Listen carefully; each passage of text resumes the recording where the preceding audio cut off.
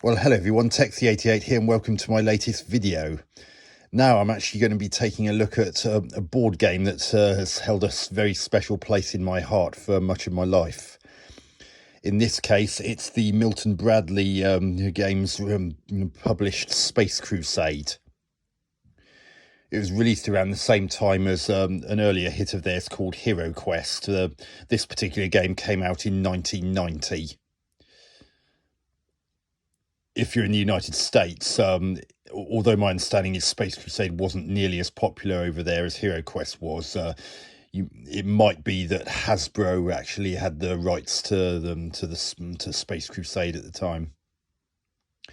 I also know that in some countries it might also have been renamed Star Quest, which I believe was to try and cash in on the success of the aforementioned Hero Quest game, which had been released previously. But Space Crusade is a game for 2 to 4 players, and one player controls the aliens, and the other player or players would be controlling a marine faction each. Each faction contains 1 marine commander and 4 regular marines. And the objective of the game is to basically score more points than the other player. You get points for each enemy killed. I'll say enemy because obviously if you're the alien player, then your enemy is every marine or marine commander, and if you're a marine, if you're controlling a marine faction, then the aliens are your enemies. But enough of that. Let's take a look inside this box. So it comes with these four large game boards. Despite the fact there are only 4 game boards, it's actually quite surprising how many variations there are in the missions that are inside one of the 2 little booklets that come. There's a mission book which has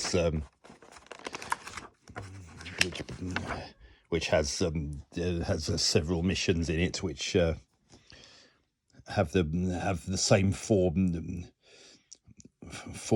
pieces of board laid out differently, and it completely changes the dynamic of the game, and in some cases even allows for rooms with very specific roles, and the missions are quite different. Everyone is every marine player is trying to fulfill a primary mission as well as a potential secondary mission if the if the alien player picks up an alien event card that causes the secondary mission to come into force.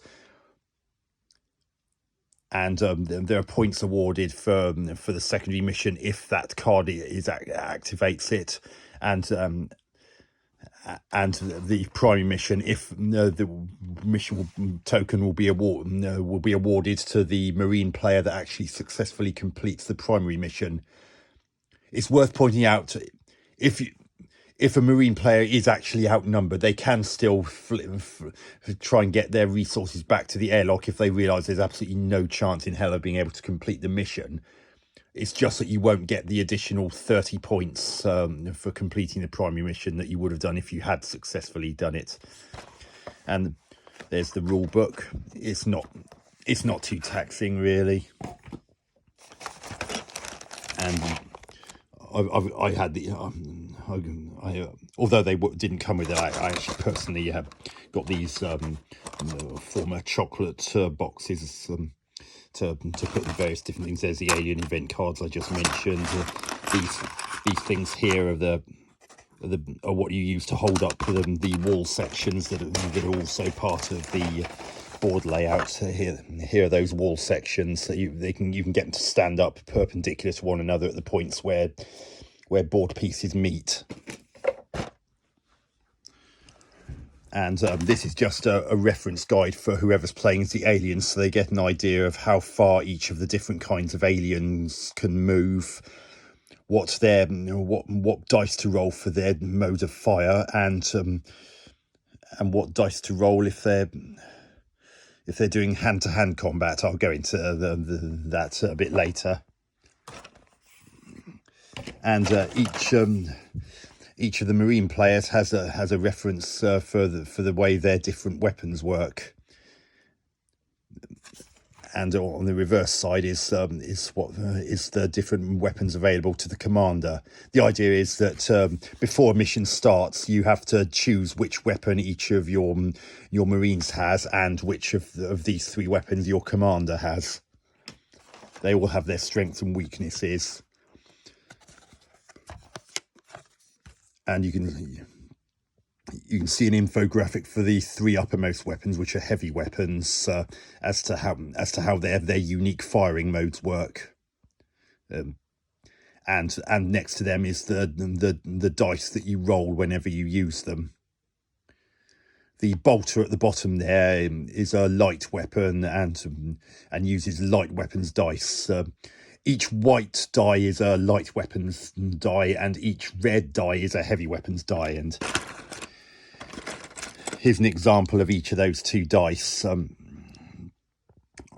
There are 2 red dice and 4 white dice in Space Crusade, and the numbering of these dice is quite unique.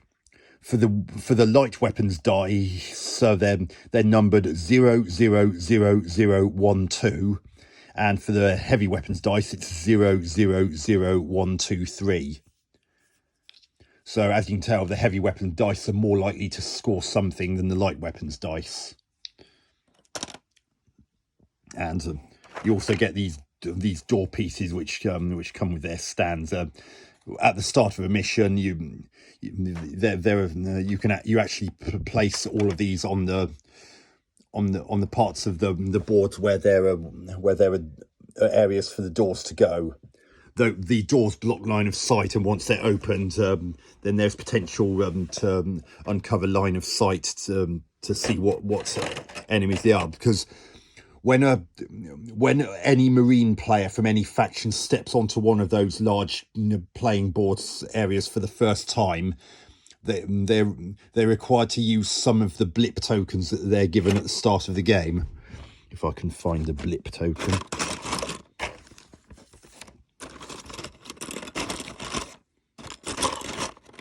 A moment. While I'm looking for that, I'll just show you some. Here, the primary and secondary mission tokens that I mentioned earlier. Whoever completes the mission in question, they get given that as a reminder to add those numbers to their score at the end of the game.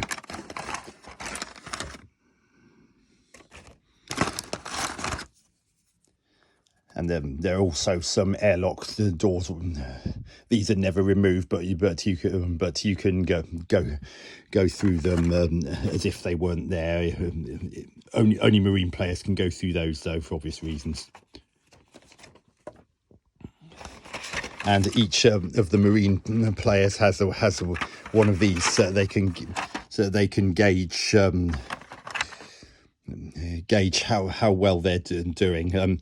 This here is the number of life points that your commander has.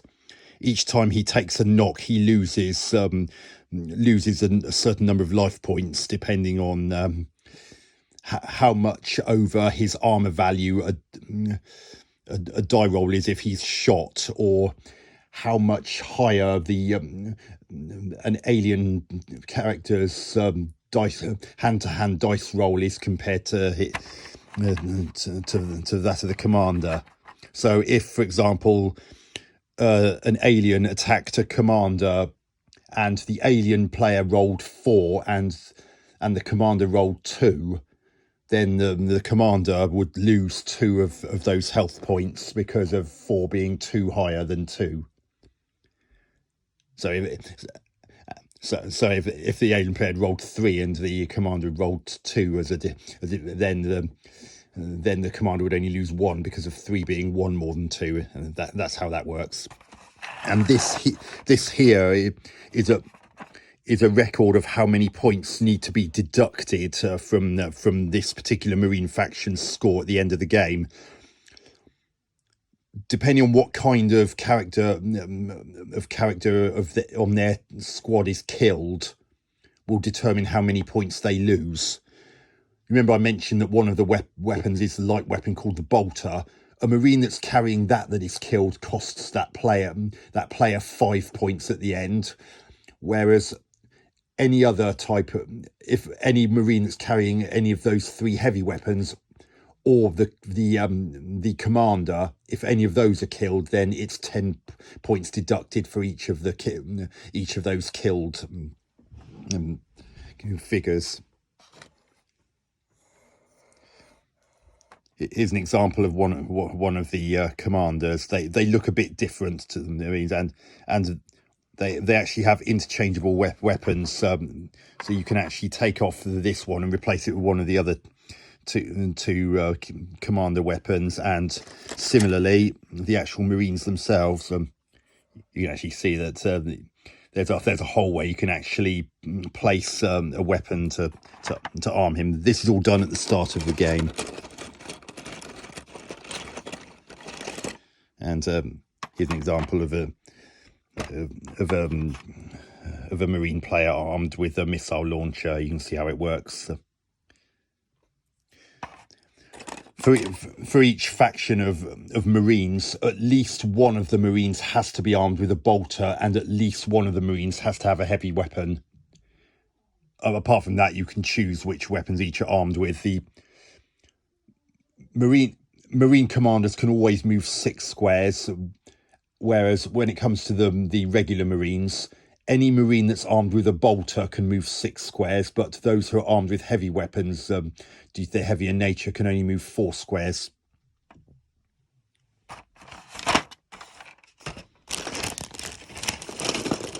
Oh yeah, here are those blip tokens I mentioned earlier. All the Marine players are given us a selection of these blip tokens, and as I said, as soon as one Marine player steps onto a board for the first time, they have to put a selection of blip. Well, actually, it might be the alien player. It's been a little while since I played it, but either way, a certain number of the available supply of blip tokens. There's a differing number depending on the mission. And that mission book tells you how many blip tokens are required for that particular mission. It can vary depending on how many actual Marine players there are. And you also get these reinforcement tokens. There are differing colours depending on what kind of aliens they encompass. For instance, the orcs and the Gretchins, the reinforcement tokens are all green, and that actually plays a part because in the mission book you might say that if there's one Marine player, then there might just be only the green reinforcement tokens.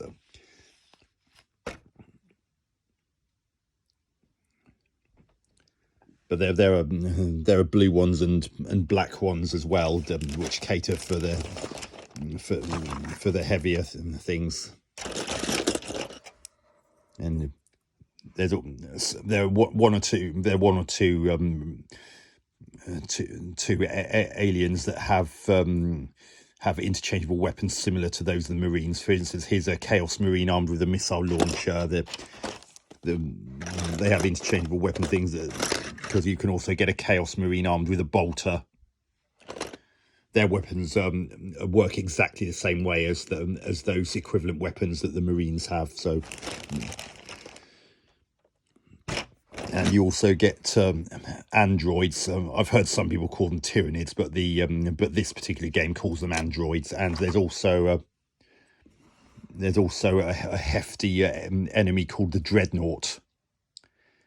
As you can see, this has interchangeable heavy weapons, in this case the assault cannon and the missile launcher.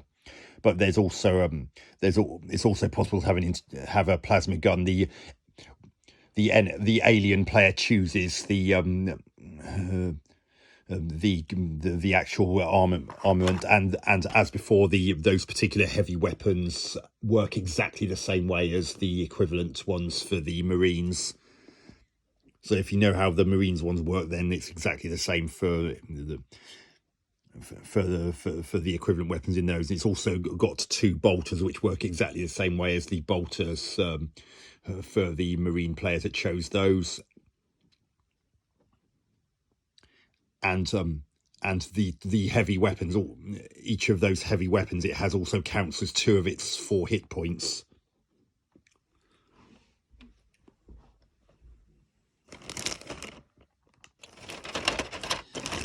And also part of Space Crusade, there are some order cards unique to each of the 3 Marine factions, and there are also some equipment, and there are also some equipment cards.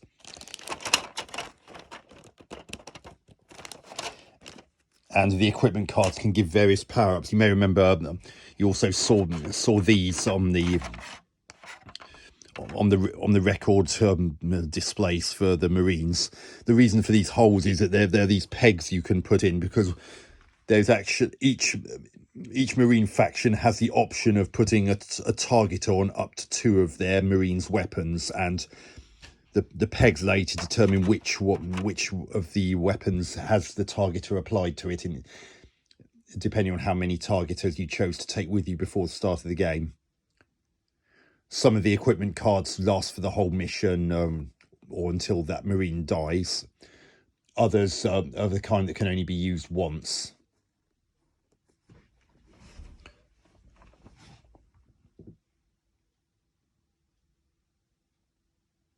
The card itself would determine which one of those.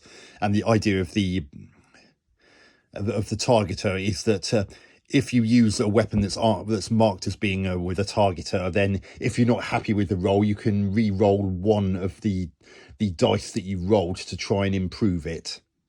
But that's an option. If you're happy with what you rolled, you can stick with it with the original roll. But once you've chosen to re-roll and have re-rolled, that's it. You have to accept whatever the second one is, even if it's worse than what you had previously rolled.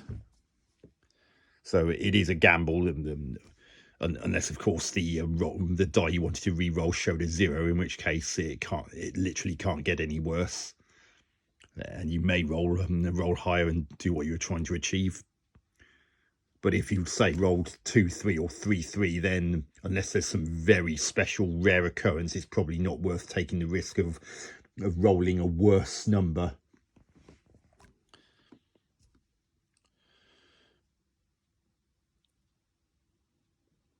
I mean, if I had one complaint about Space Crusade, is that if you're a Marine player, there is a lot of luck involved, because even though the number of aliens is reduced for, say, a game which only has the alien player and 1 Marine faction compared to one with 2 or even 3, it's still a fairly tough ride for a Marine player unless they're really lucky with their dice rolls. So if you are playing as Marines, expect to have quite a challenge on your hand. That's about the only thing that is kind of annoying to me about Space Crusade. But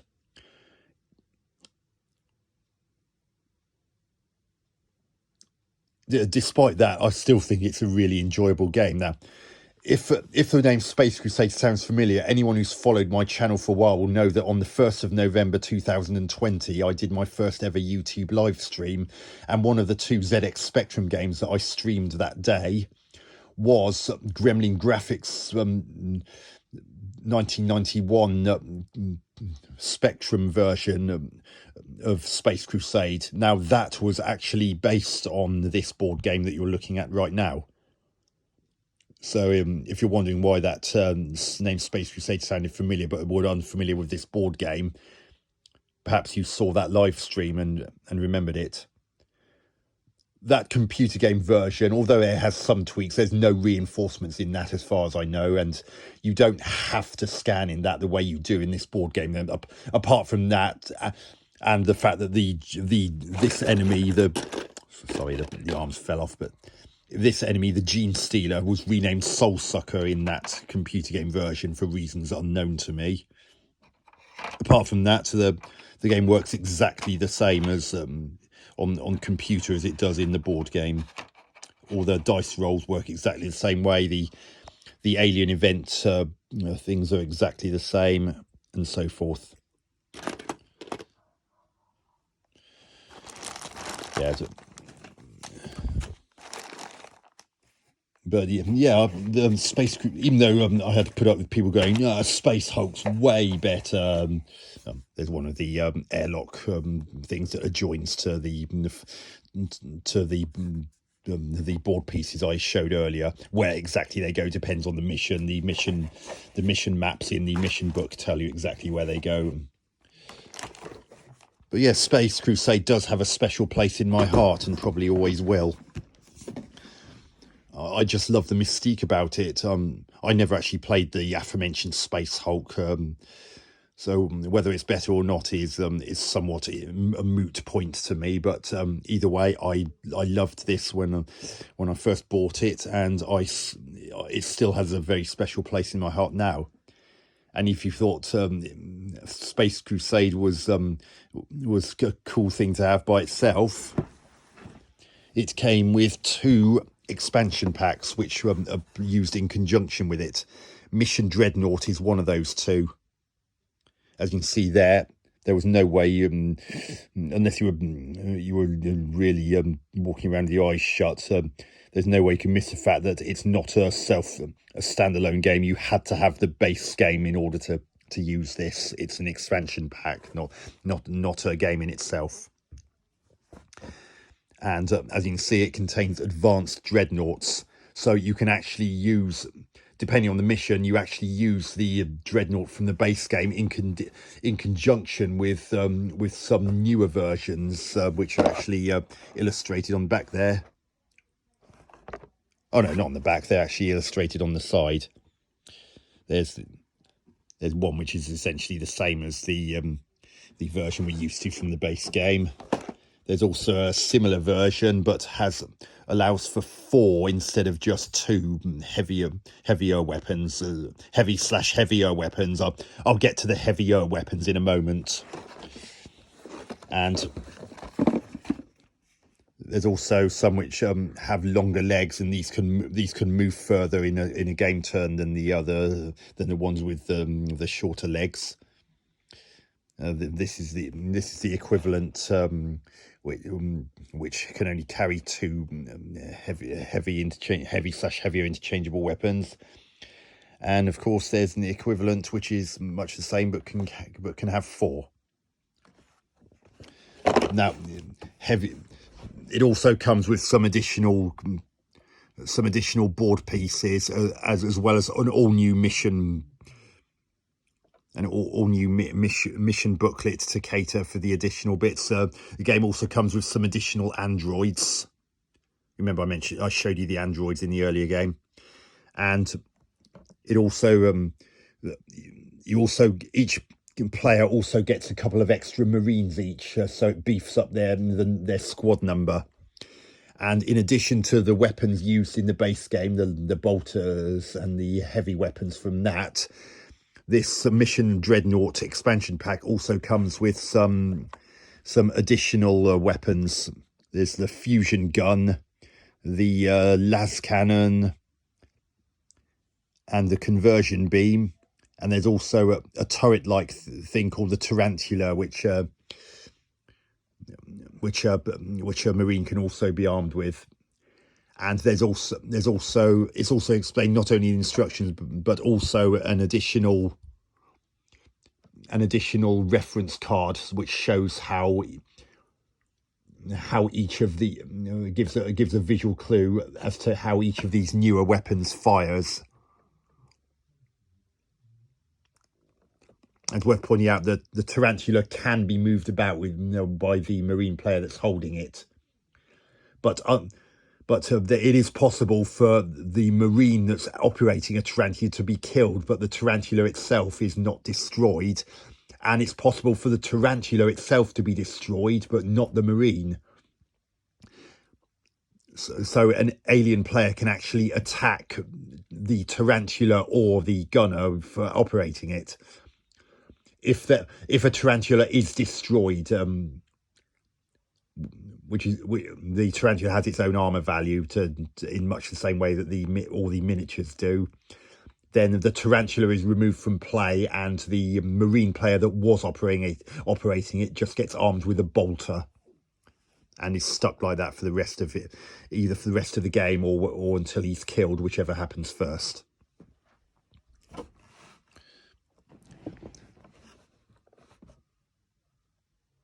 Now, I have to admit, I was really chuffed with with what was in this particular expansion pack. I love the idea of the more powerful dreadnoughts and the fact that there was some extra marines to add to the to each marine faction's squad, and these heavier weapons to help take on those additional threats. I really like that, and I have played a couple of games with others using these expansion packs, and yeah, I'm really quite impressed with them. And this expansion pack also comes with additional blip and reinforcement tokens, again to cater for the additional androids and different types of dreadnoughts in this. And there's also a new kind of bulkhead, which, unlike the regular doors, cannot just be opened just by walking next to it the way the regular doors can be. You have to do something special with the dice, from what I remember. I think you just have to roll enough, and then you can open it.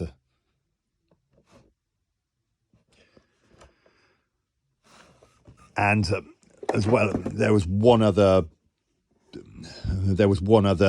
expansion pack released for Space Crusade, and it's this one, Eldar Attack, which introduces a whole new race of beings,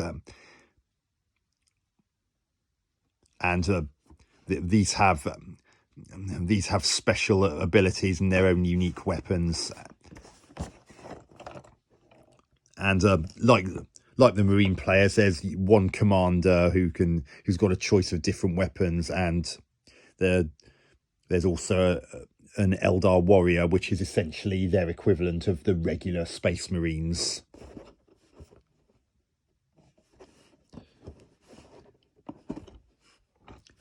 And like the Mission Dreadnought add-on, it comes with its own unique commission book and a rule book explaining the way the Eldar works and their different weapons.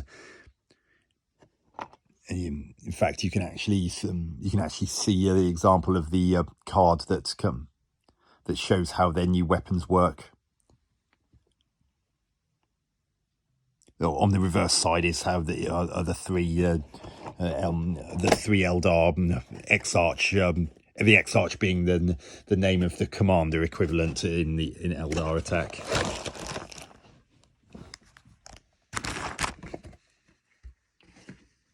There are no additional board pieces in this, as it didn't really need them. But you've got the rule book and the additional missions for this are in the back. One thing is a shame is that there are only 4 missions, and out of those, only one is one in which you actually team up to have Eldar and any or all of the 3 Space Marine factions from the original game against the aliens. The rest are just one player playing the Eldar and then the other playing the aliens, which is kind of a shame.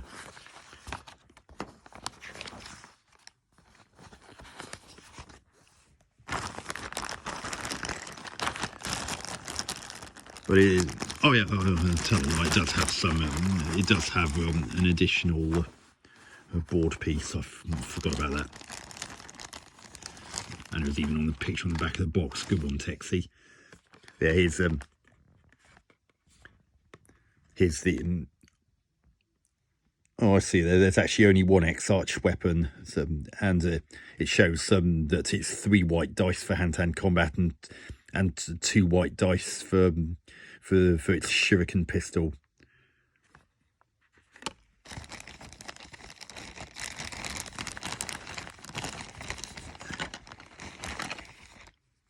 And instead. And there's a separate alien event card for the Eldar attack. If you are doing that one mission that has both the Eldar attack and the Space Marines, you'd have to have both sets of alien event cards in play.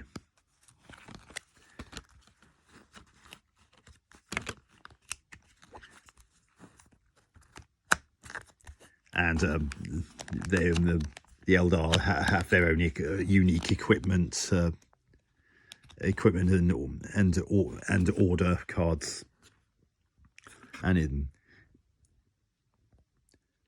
on the reverse side of the Eldar warriors, different weapons like the Space Marines in the base game. Their weapons are interchangeable. You within reason, you arm them as you wish, and it shows you the infographic on how how it all works, and also shows the dice they roll with hand-to-hand combat, just like the equivalent card for the Space Marines does. And you can see that one of the weapons is the missile launcher. That works exactly the same way as the missile launcher that is used by some of the aliens and any Space Marine that's armed with it. So nothing too taxing there either.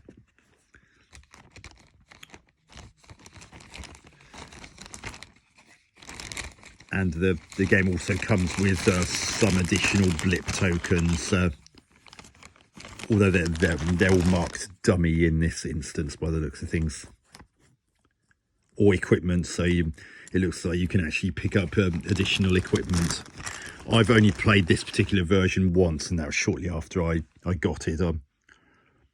That's the first and only time I ever played Eldar Attack, but I do recall the person that played it actually quite liked being the Eldar, as they felt that they had more of a chance against the alien onslaught, because if for no other reason, the Eldar's capabilities helped to balance it out more with the sheer number of aliens that the alien player has at his or her disposal.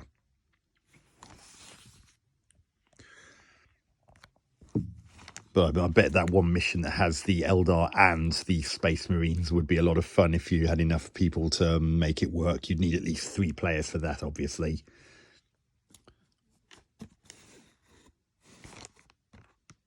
But yeah, I'm really glad I picked these up, especially as they're all 3 of them are way out of print now. So anyway, I hope that fans of this kind of this kind of game enjoyed having a look at this. I've certainly enjoyed doing this video and reminiscing a bit. Anyway, I hope to catch you on another video soon. Texie88 out.